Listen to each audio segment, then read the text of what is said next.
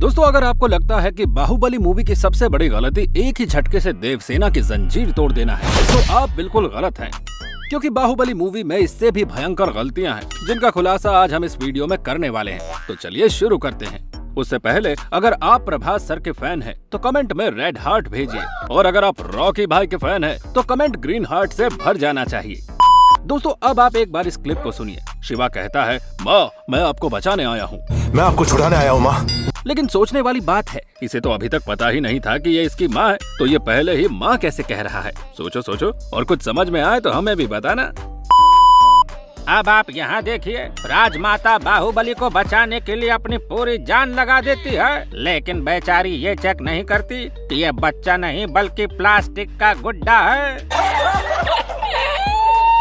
अरे मोरी मैया, एक मिनट, ये क्या है? बाहुबली मेकर्स ने ये कैसी तलवार का इस्तेमाल किया है जो बंदे के ऊपर गिरते ही मुड़ जाती है? अब आप खुद ही देख लीजिए, क्या फ्लेक्सिबिलिटी है?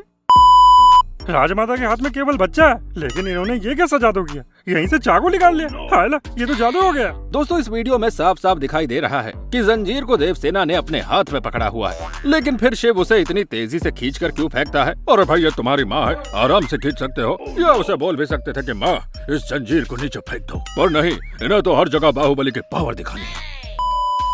दोस्तों, पानी के अंदर बिना ऑक्सीजन सिलेंडर के रहना इम्पॉसिबल है, लेकिन केवल आम आदमियों के लिए, क्योंकि राजमाता शिवगामिनी देवी तो कुछ भी कर सकती है। अब देखिए, इनको 4-5 घंटे से पानी के अंदर है, वो भी हाथ ऊपर करके है।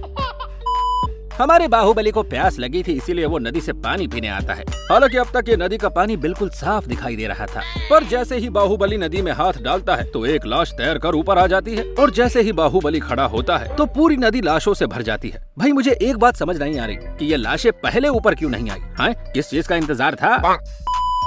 दोस्तों, फिल्म में साफ दिखाई दिया था कि भल्लाल देव और बाहुबली पुल के ऊपर लड़ रहे थे, लेकिन जैसे ही कैमरे का एंगल घूमता है और भल्लाल देव बाहुबली को लात मारता है, तो बाहुबली के पीछे का बैकग्राउंड गायब हो जाता है। यही नहीं, अब तक जहां ये लड़ रहे थे वो पुल और नीचे का पानी भी गायब हो जाता है। मतलब ये तो जादू ही हो गया। वाह! देवसेना ने सेनापति की उंगलियां काट दी, लेकिन ये क्या? इस आदमी के शरीर में तो खून ही नहीं है, उंगलियां काटने के बाद भी खून नहीं निकल रहा। ये तो कमाल ही हो गया। दोस्तों, हजारों तीर चलते हैं, लेकिन बाहुबली को एक भी नहीं लगता। लेकिन एक मिनट, ये क्या? जब ये तीर चल रहे थे और बाहुबली आ रहा था, तब यहाँ पर कोई भी नहीं था। फिर एकदम से कटप्पा और उसके साथ में उसकी फौज कहाँ से प्रकट हो गई? कोई हमें समझाएगा?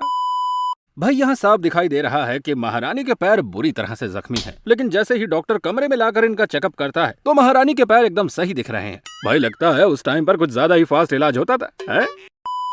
इतना बड़ा महल और दरवाजा इतना क्यों? दोस्तों, आप ध्यान से देखिए, इस दरवाजे में केवल 2 फट्टी लगी हुई है और बीच में कुछ भी नहीं है। भाई, तभी तो ये इतनी आसानी से टूट गया। मतलब रियली। जब देवसेना बाहुबली के कंधे पर चढ़कर नाव में जाती है, हाय, कितना रोमांटिक सीन था। पर ये क्या? गौर से देखने पर पता चलता है कि देवसेना तो बाहुबली के पीछे चल रही थी। बस दिखाया जा रहा है कि बाहुबली के ऊपर चल रही है। मतलब कितना बेवकूफ बनाया हमें इन लोगों ने, दिल तोड़ दिया। दोस्तों, इस फिल्म में इंसानों के कटने पर खून नहीं निकल रहा था, लेकिन बाहुबली ने तो हवा से खून निकाल दिया। अब खुद देखिए, इतना खून तो उसकी तलवार पर भी नहीं था, जितना इसने हवा को चीर फाड़ करके निकाल दिया। बेचारी हवा। वैसे आपकी इन गलतियों पर क्या राय है, हमें कमेंट करके जरूर बताइएगा। साथ ही अगर आपको हमारी वीडियो पसंद आई हो तो इसको लाइक करके हमारे को सब्सक्राइब करना ना भूलें। धन्यवाद।